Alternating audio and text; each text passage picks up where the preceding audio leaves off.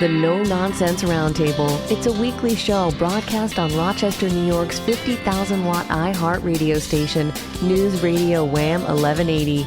The host, Dom Geneva, interviews guests from all walks of life, all with amazing stories to tell. What you are about to hear is a recording of a previous broadcast with limited commercials.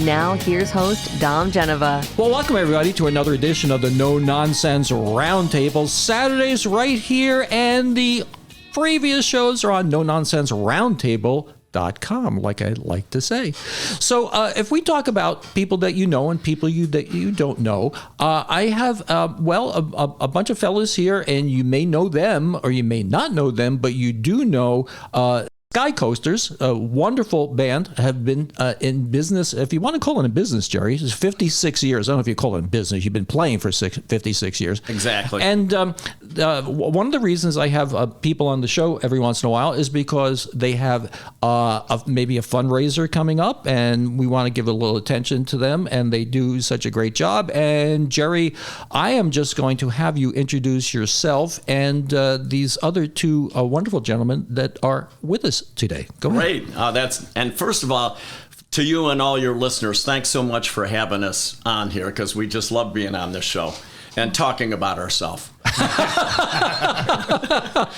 Well, then you and I have the same objective, and we're gonna have to settle somewhere in the middle, I guess. But go ahead, Jerry. I mean, you started the Skycoasters. Was it just yourself, or I mean, how did you come up with the Skycoasters and the whole deal? Well, do you want me to introduce the guests first, or well, just jump right get a little bit. Give me 45 seconds about you and the Skycoasters. Okay. Then we can jump in with the introductions of the other guys. Very good. It was senior year at Brighton High School, and I had been in a band where the older members were going to college, so that was going to break up. And the same thing was happening to some friends of mine who we competed with their band called The Beginning of the End. And so they were going to end. So we all talked to each other. We were so lucky. We had a rhythm section. I had myself and another tenor sax player. And we decided, let's, for our senior year, put a band together. Within a week, I remember naming it Skycoasters, and we've stuck with it, 56 years later. And I was always amazed, because I thought, geez, I didn't know anything. I ended up, my career was in sales and marketing, but I didn't know that the smart thing to do was just to get a name and stick with it and brand. So it worked. And the brand is great. I mean, it gives you it has a nice connotation to it, nice friendly connotation to it. Yep. And 56 years, you've kind of woven your way into the culture of Rochester. Yeah. I mean, who doesn't know the Skycoasters, right? And it's just been fun from the beginning. And we had so much fun that first year that we decided, let's go on when we're in college and play at each other's schools. So we got to open up for like Chicago and, wow, David Gates and Bread. Yeah, it was amazing. Sha-na-na. So, because what would happen is that we would play for spring weekend at my college, and then another guy went up in Boston. We played for his winter weekend or something, and they would always have these big groups, so we got to open up, right? So that was cool. So anyway, that's enough of that. Let me introduce the dudes I just here. wanted to give everybody they call it a little bit of an eyewash of why you're you're my co-host this morning. Yeah. So go ahead. Thank you. So we have also a Skycoaster of, if I'm 56, he's 46 years. Mike Allen is here. Hey, Mike, everybody. tell what you play. I'm I'm a keyboard player. I'm actually I play junk keyboards because we have a real keyboard player that plays all the good stuff. I just play all the extra spice. So I'm a spice player, so I play spice, and I'm a horn player. Yeah, alto sax, and that's how you got in the band, alto. Right. Yeah. And then we have this we're very proud of. We have Rich Green from Reporter with us, and we go way back with Rich. Go ahead, Rich. Tell about yourself. Back. Well, so Reporter about 42 years. And actually, as a member of Reporter, it's in my contract that eventually I will play with the Skycoasters when I retire from Reporter, because there are three musicians who played with Reporter and since have played with the Skycoasters, and a couple of them right now doing it. Well, let's talk a little bit about Reporter, because I'm familiar with the Skycoasters, but I'm not familiar with the Reporter. Let's talk about that a little bit. Yeah, we started out in the early 80s. We were a band called Dick Tracy that started in Geneseo. Several of us were students at SUNY Geneseo, and we wound up actually trying to hit into the club circuit in Rochester and weren't having much success.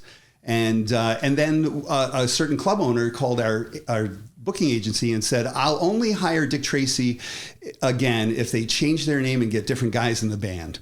So, but other than that, we love them. They're great.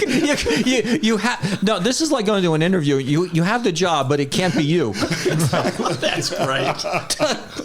So guess what we did? We changed our name. We got some different guys in the band. Well, one different guy in the band. Yeah. And then Who came up with the Reporter? I never knew that. What's that? Who came up with the name? Our drummer, Steve. And actually it was kind of a homage to Foreigner. Okay.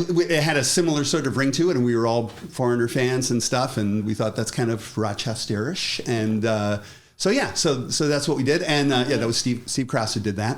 Oh. Who's not yet playing with the Skycoasters. It's bound to happen. And and then we played the club circuit for forever it seems. But our signature thing was that we played 3 sets. Our first set and third set were all modern, contemporary dance tunes, rock, pop tunes, that kind of thing. And then in the middle set, we did a set of 60s, American 60s music. Okay. And that was our thing for many years there. And we, like we were talking before the show, for a while there in the 80s, the Skycoasters and Reporter, we were very, neck and neck in terms of popularity in the Rochester area. And then the Skycoasters just became this iconic thing, and we were like, all right. We'll see you guys later. All right. We give up? Is that it? We give up. We surrender. We'll just surrender. Well, the thing is, it seems to be a great culture in Rochester of local entertainment, local bands and whatever. I mean, that's one of the things that I see in Rochester is a wonderful, I say a tech hub and all that jazz. There's so much other stuff going on here in Rochester. And you talk about starting with when you're very, very young and getting involved in the music business. But the one question I always love to ask people is, what did you want to do when you were 10 years old? Jerry, what did you want to do when you were 10 years old? Well, I was playing clarinet. At 10? Yeah, 10. Really? Yeah. And then I think 4th grade is where they hand you an instrument and say, get going. So whatever that is. And then I saw Junior Walker and the All-Stars. Oh, okay. And I go, oh, man, that's pretty cool. And I was in the little orchestra, and there was this girl who was always better than I, so I couldn't be first chair, first whatever. I said, the heck with that. So I went to tenor sax, and I would sit home. After my paper route, I'd come home and I would just play along with records, and I loved it. And then finally my brother got me in his band, and that's where it all started, because pretty quiet, timid guy, you know how it is at high school. You don't want to make any mistakes and all that. Right. And you got to wear okay clothes and everything. So anyway, that's basically how I got started, and I just decided I love tenor sax and I love playing in a band. Now, do you know how to read music? Yes, I know how to read it. I've gotten to learn how to read it a little bit better because I'm a trumpet player. The look on your eyes says, I know how to read it, but I don't know how to read it well. Is that what you're saying? That's the end of the conversation right there. You move on. I think we don't have the poker face to play with Jerry, right? Exactly. Well, we're about ready to head into a break, and we're going to interrogate our other two guests when we come back from this break. This is Dom from my friend Jim Shelley and his Fanatics Pub and Blues Stage in Lima. We talk all the time about the great blues shows he has, and his patios open on weekends for free entertainment. Jim also has the Bills game on every Sunday. You can go there and watch the Bills in a setting that's more like, Cheers than a big impersonal sports bar. Exit 10, Route 390, go east a couple of miles and you're there. I'll be there. Come say hello. This is Dom Geneva from my friends at Jack Greco Furniture. Like I like to say, you buy a car every couple of years, you probably take your money and put it into furniture for, well, decades. Now, go someplace where they treat you right and they have good stuff. Not like these big box stores. Go to Jack Greco. And this is the end of the year. They have closeout savings on their outdoor furniture. Hey, the winter's not going to last forever. It's going to seem that way, but it's not going to last forever. Go see Jack Greco. Well, welcome back. You're listening to the No Nonsense Roundtable. We are here today with Jerry Boone, Mike Allen, and Rich Green. And in my line of interrogation, Mike is up next. Mike, now you're saying that you play keyboard, horns. What at 10 years old, what did you want to do? You know, honestly, I hate to say it, but I did want to be a musician. But my father was a musician, and okay. I played with him. Actually, I was lucky enough to play in a big band with him when I was in high school. I didn't really pursue it as a full-time career because it's really hard to make money. Yeah. You know, if you're good and lucky, you can make a lot of money, but, 95% of the people don't. So when I was in high school, I was playing a lot. I was in the union, the national union, playing. But I had a guidance counselor that said, what do you want to be? I'm like, I really don't know because I don't think I want to be a professional musician. And she said, well, you're really good at math, so you ought to go into computers. So I went into the technology, space, and it was fantastic for me. And who'd you work for? Or do you work for now? I'm retired. I always worked for small companies. We had the last one was a small printing company. Well, not small. We had 200 employees, but we were a company that would print one-off production of books. So we worked for Amazon. We worked for a lot of the big book manufacturers. And if you bought a book, we'd print it on demand and ship it out to you. It was a company called Color Centric. Yeah. Well, what's fascinating is that when you talk to people like at RIT and technical schools, you find that a lot of people that are engineers are also musicians. I mean, RIT is kind of promoting that right now with their musicians with their technical people, the technical courses that we have such a rich culture in music here in Rochester. I was a graduate of RIT, 1980. And back then there wasn't a lot of music, but I played in a jazz band there, and it was directed by a Eastman student at the time. So, I think there are a lot of, I don't know the biology of the brain, but there's a lot of things that, common. Math, there's a ton of math in music. There's a ton of math in music. Expand on that. Well, I mean, I don't want to say dumb it down, but musical chords and chords in songs, there's either, depending on how you look at it, circle of fourth or circle of fifth. Certain chords are always going to go 4 steps higher, 5 steps lower. It's just kind of the way music works. It makes songs. Yeah, those chords, when you resolve a chord like that, like Rich does, there's a lot of math to it. 4 beats in a measure a lot of times. And so once you start a song, you'll notice that if you watch musicians that are sitting in on other bands, they may be playing tunes they don't even know, but they know where it's going because there's a formula. Yeah. And it's based on math. It's, chords, frequencies, all that kind of stuff. It always amazes me because you get these people that have like perfect pitch and they can tell you what chord it is, and it's like it's the key of what I have no idea. I mean, this is totally foreign to me and the way my mind works. And some of it's how you remember things. There's certain.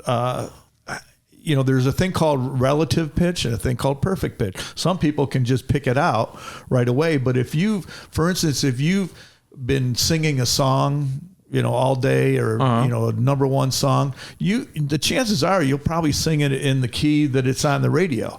And how you know that is just because it's in your brain. That's how you hear it. Okay, so the answer to the question is you can read music then. I can read music. Yes, I can. Yeah. Well, and for real. Okay. So Paul McCartney can't read music. No. Jeff Beck can't. I mean, there's a lot of guys that can't. No, latest inductee, Scott Mayo. Now, Scott's been in my home a couple of times, and we talk about that. He goes, I said, can you read music? He says, yeah. He says, I hear it. He says, when I look at the page, I hear it. That is just absolutely amazing to me. Really he goes, he says, I hear it in my, I guess Beethoven must have been like that. I mean, you deaf, you have your ear against the piano or whatever. I have no idea. But, God gives some people some gifts. One of my things I always say is not everybody that plays the piano can make music. Some people, you know what it is. I mean, there's a certain something to it. And I have no idea why some people are like that. My daughter's a professional photographer, does a lot of stuff for the New York Times and whatever, and she's got an eye. I talk about this. She's got an eye that we don't have. She sees stuff that I can't see. Now, Rich, it seems like you are chomping to get out the bit with this guitar here, but we're going to ask you the same question. At 10 years old, what did you want to do? I have no idea. Good, but okay. I can tell you, I know exactly what I wanted to do at 11 years old. Okay. I wanted to be a teacher, and probably even more than that, I wanted to be my 6th grade teacher. My 6th grade teacher was it a man or a woman? It was a man. Okay. So just I'm not sure where we're going with this. But get the dump button ready. Well, let me tell you a little story. We live in a day and age. When I was 3, and he didn't leave much to Ma and me except this old guitar and an empty bottle of booze. Well, I don't blame him because he run and hid, but the meanest thing that he ever did was before he left, he went and named me Richard. Anyway, so my 6th grade teacher, I went to Catholic school, right? And I had nuns and lay teachers who were female. My first male teacher, 6th grade. A lot of things happen to you when you're 11, 12 years old, biologically and stuff. And no, believe it or not. No. And so I wanted to be a priest until I hit puberty. Yeah, right. Yeah. Things change after that. Yeah. Huh? What? I got to do what? Okay, go ahead. So anyway, he was a young teacher. He was only 22 years old at the time. So only about 11 years difference between the two of us, 10, 11 years. And got me interested in, we did current events. I'd never done current events before. And he had me reading the newspaper and stuff like that and reporting back, and did all kinds of fun stuff. And a couple of things that were really the big thing for me was that, first of all, that he accepted my crazy, weird sense of humor and thought it was really funny. And I'd never gotten that before from any teacher that I was either, it was usually sit down and be quiet, Richard. But then also he was a drummer. And I saw him play. He brought his band in to play one time at our school. And he was a drummer, a trumpet player and bass player, and a guitar player. And they just blew me away, and I thought, oh wow, that is so cool. And I didn't say I want to be a musician. I didn't think that. Really? I didn't at first. But then I became a teacher. I became a teacher. I'd always tell people it's my 6th grade teacher that made me want to become a teacher, and I did.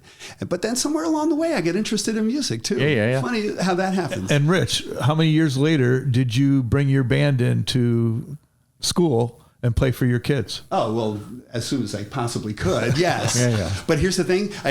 Just one more quick thing. Yeah. I grew up on Long Island. He was on Long Island at the time. He came back to Long Island on the 50th anniversary of his reunion for his high school.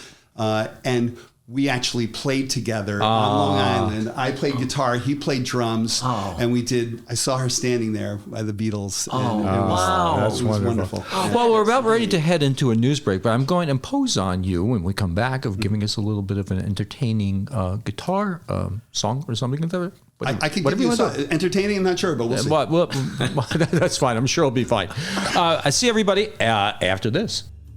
This is Dom Genova for my friends at Martin Icing Dry Cleaning in Fairport. Well, it's that time again. You're starting to wear long sleeve shirts. You got to schlep them to the dry cleaner and schlep them. Well, no, you don't. No, you don't. You do what I do. You call Martin Icing Dry Cleaning in Fairport. They pick them up and they drop them off, and they do a great job. Their Google rating is 4.9 out of 5. You can, oh my God, it's amazing. Their number is 425-4242. 425-4242. I use them. You should use them.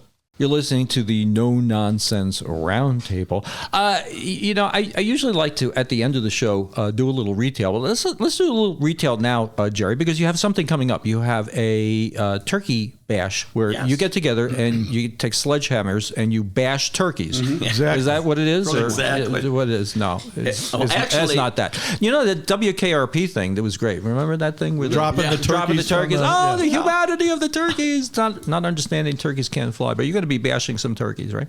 Well, yeah, and just a day ago before we did this, yesterday I was at the airport. Dago. Yeah, there you go. okay. That's great.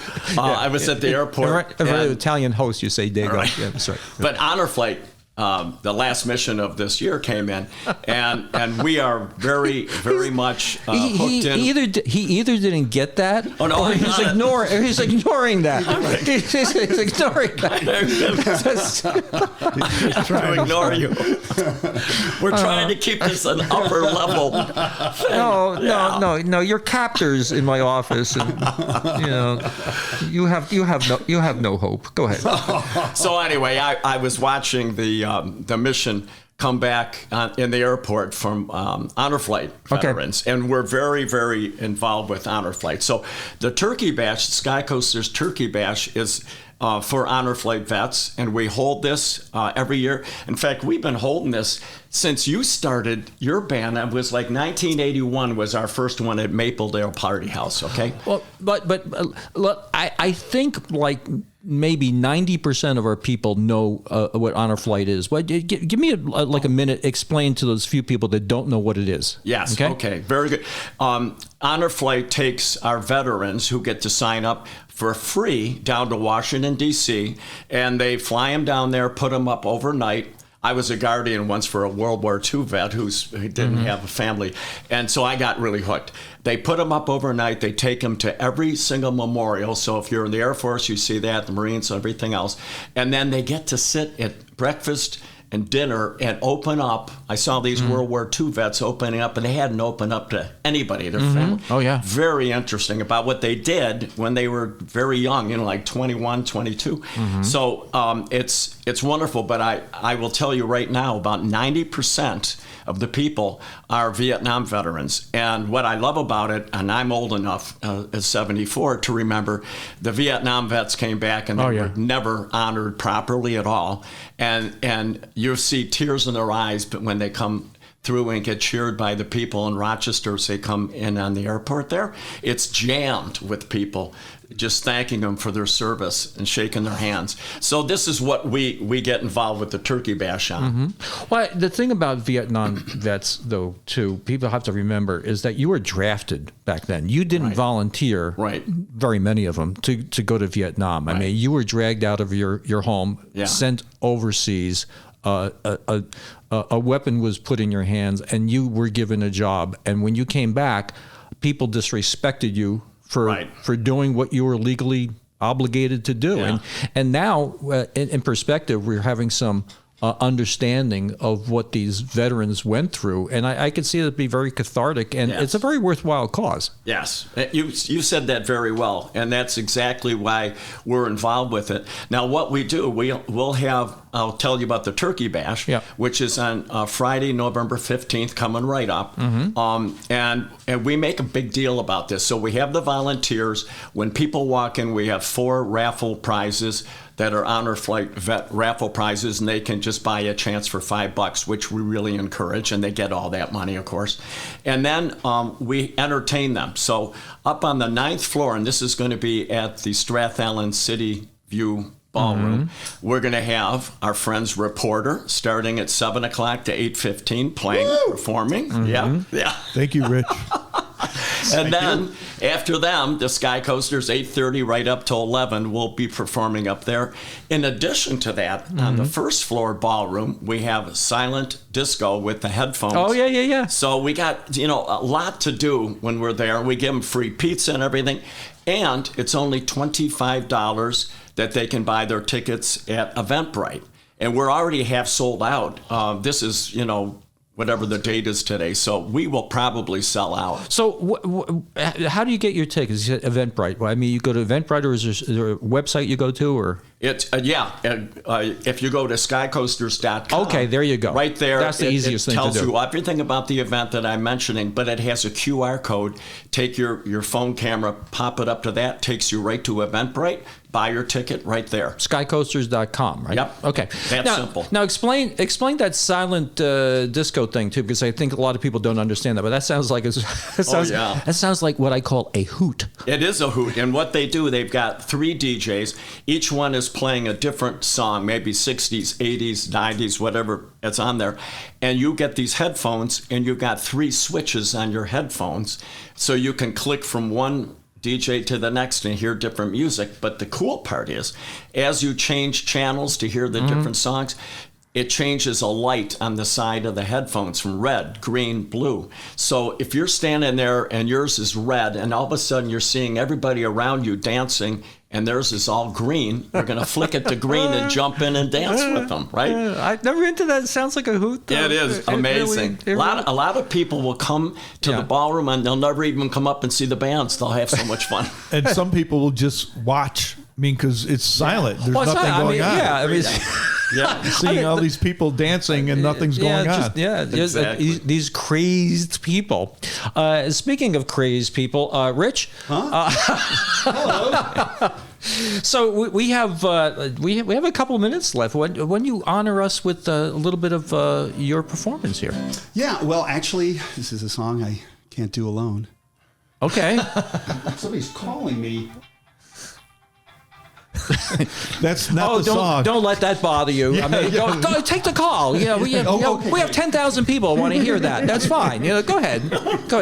Everybody, just wait a while Rich takes a call. Go ahead. I think it's Uber Eats. Okay. Oh my God. I'm losing control. Go ahead. Oh, you ain't seen nothing yet. Okay, so on this song, this is a song that I need you guys to sing backups on. Oh, and I'm nervous. It's very simple. The words are hey, bum da hata, hey. Okay, in like 3 seconds, we're gonna have no time left. Okay. Go ahead. Okay, here's how it goes. Go ahead. Hey, bum da hata, hey, bum da hata, hey. Bum da hey, you go. Keep doing that. Yeah, I should have known from the very start. This girl leave with a broken heart. Now listen, people, what I'm telling you. I keep away from a runaround Sue. My lesson is in the smile on the face, the touch of her hand, and this girl's warm embrace. So if you don't wanna cry like I do, I keep away from a runaround Sue.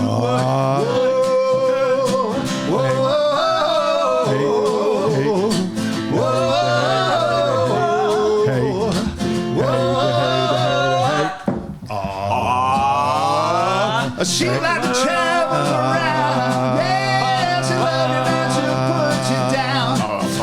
People let me put you wise. Goes out with other guys. Yeah, the moral of the story from the guy who knows that I fell in love and my lust to grow. Ask any fool that she ever knew. I keep away from a runaround Sue. Yeah. Keep away from that girl. I don't know what you do. Keep away from her. Big fish. Yeah. If you noticed, I did not sing. Well, everybody, we're heading to another break, and we're gonna have more of this wonderful fun. Well, after the break.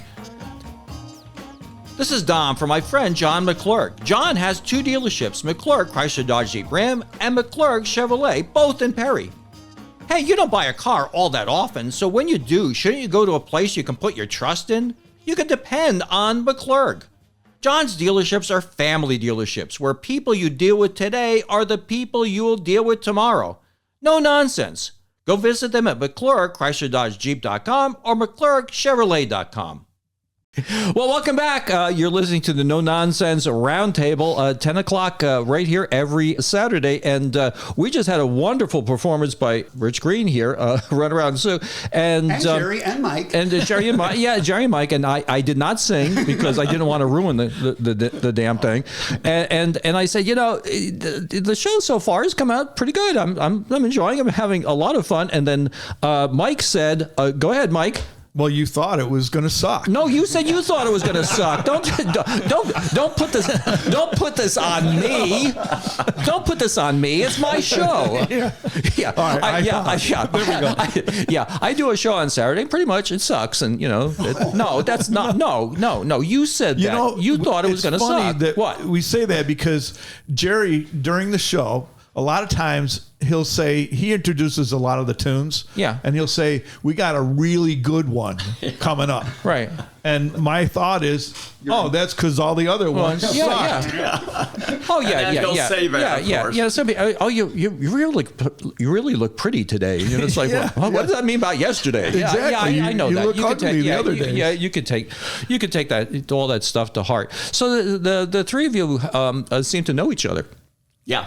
Oh yeah, yeah. I've actually played with these guys a couple of times. Plenty of time. And what? He's going to be playing with us not only, at the Turkey Bash. However, we have, if I may, we have a couple really great gigs down in Florida in Key Largo for this very wealthy area. Wealthy. And so for the second one, which is December 30th, he's going to be coming down because our guitar player can't make that one. So Rich is right now learning all of our shows and our songs on the shows. Right. Aren't you, Rich? You better. Yeah, I've been looking very closely at that set list. And going, okay, I think I know that one. There you go. Good. So he'll be actually coming down and playing with us there, which is going to be a lot of fun. But mostly we're very excited about Turkey Bash and Reporter playing with us. Well, the thing is, you look at you look at groups, and the Rascals, I guess, lasted like 4 years. I guess the Beatles 10 years, but 56 years. I mean that's very proud of that. Yeah, and we love it. What was the secret to get it? I mean, obviously you have people that come and people that go. I mean, it's not the same people from 56 years ago. And well, pretty much, really. Our 2 lead singers have been with us about 35 years. Which is amazing, and then the rest of the guys go. Right. I joined the band in 1980. Okay. When I joined the band, I was looking at a lot of different bands, and I auditioned, and to me, it was a toss-up. I go with this band, go with the Skycoasters, and it turned out to be a life-altering decision. I didn't know it at the time, but here we are. For me, 40 years later, and we're still going strong. So Jerry, what's the secret? What's the secret of having everybody on board for this amount of time? I mean, marriages don't last that long. I mean, what's the secret? I think the secret is that it's our band, and I love this when people talk about it. It isn't that person or that person. It's the Skycoasters. It's a band, and Rich will know this too. We all vote on everything, so it's not like there's one person who's he's going to tell us what to do and all that crap. It's everybody's got a talent, and everybody puts in for that, but we vote on what songs we're going to learn. Oh, really? And that's what I think helps. What do you think? I honestly, I hate to say this to Jerry, but I think a big part of our band, a huge part, is Jerry. Because he keeps things really fresh. We've played at the Olympics. He just gave me his wallet. I'm not giving it back, except there's probably no money in it. Yeah, here we go. I'll take some of that. Yeah. Holy, We're looking through holy right crap, now to this see thing, how many credit cards his you got in here? AARP card, he wants it back. You're losing control. But, we played the Olympics, we've played Super Bowls, we played the Indy 500, and all those things are Jerry getting the job done. Dom's still looking through. Oh, look at all the money. All right, we just took the money out. Just took the money out. Wow. But I want to finish it. Business must be good. Look at all this money. Okay. One of the cooler things was, and I'll just cover it quickly, is that Micro calls me up because, we had this connection with Jenny Steinbrenner and the Steinbrenners. We got to meet George and everything and play for several years. And he goes, did you know that the Yankees they're going to have their new stadium? Why don't you call up Jenny and see if we could play? And when I contacted her, they had never had a band play, which is really cool. They only had like Kelly Clarkson that day was doing the national anthem. So she says, let me talk to the marketing manager, we'll get back to you. They flew us in, put us up at the Sheraton Park. We got to see, like Yogi Berra and all the oldies were there on the elevators and everything. And then we got to play as everybody came in. We were playing for like 3 hours, and they gave us Yankee shirts, gave us tickets. We saw the game. But that was because Mike said, why don't you call her up? So it's as I say, it's a team thing. It isn't Jerry and Boone. the band is, we are a family, and that's part of the keys. We can family members. Sometimes it's messy, sometimes they fight. That's right. True. But they're still your family, and you love them. Yeah. And when the fight's over, you're back. Yep. We had a show this summer that Jerry was ill and couldn't be there. Mm-hmm.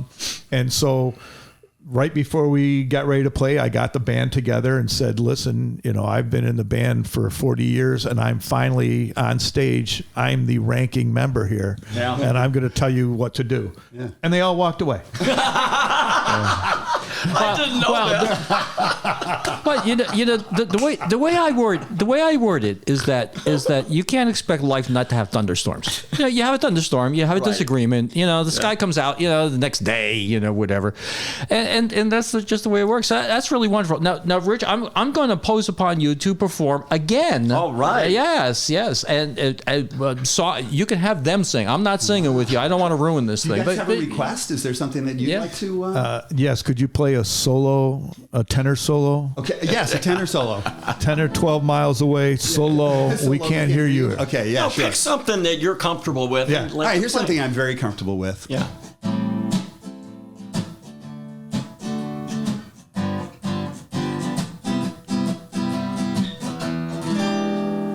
Fly me to the moon. Oh, yeah. Let me play among the stars. Nice.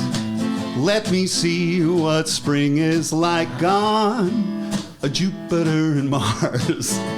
In other words, hold my hand or play the saxophone. Yeah. In other words, baby, kiss me. Fill my heart with song. Let me sing forevermore. I think I'm playing the wrong chord there. You are all I long for, all I worship and adore. In other words, please be true. Yeah, in other words, oh, in other words, yes, in other words, I love you. Beautiful. Oh, that's wonderful. Oh, Frankie. Oh, God. Well, we're about ready. We're about ready. I'm sorry. That's the only thing that came to mind. We're about ready out of time. Let me give you a little more retail there. Go ahead. A little what? A little retail. Tell us about the Turkey Bash. Skycoasters Turkey Bash, Friday, November 15th at the Strath Allen Hotel. It's going to be a great time. Tickets on Eventbrite, $25. Reporter, Skycoasters, free pizza. free meal subs, but dress 70s, 80s, or 90s, and we're going to have a ball. Skycoasters.com. There you go. That's what I wanted. Eventbrite is not as good as Skycoasters.com. You can understand that a lot better. No. It's been my pleasure to have you guys here today, and I will be there, and I will. I have to see this silent disco thing. That sounds like a rip. So thank you for coming in. Thank you for what you do. Thank you for your talent, and thank you for putting up with me. I really do appreciate it. Next week, 10 o'clock, same time, same place. It's the No Nonsense Roundtable. Thanks for listening. Tune in every Saturday from 10 to 11 on News Radio Wham 1180. Don't forget to like and subscribe, and we'll make more.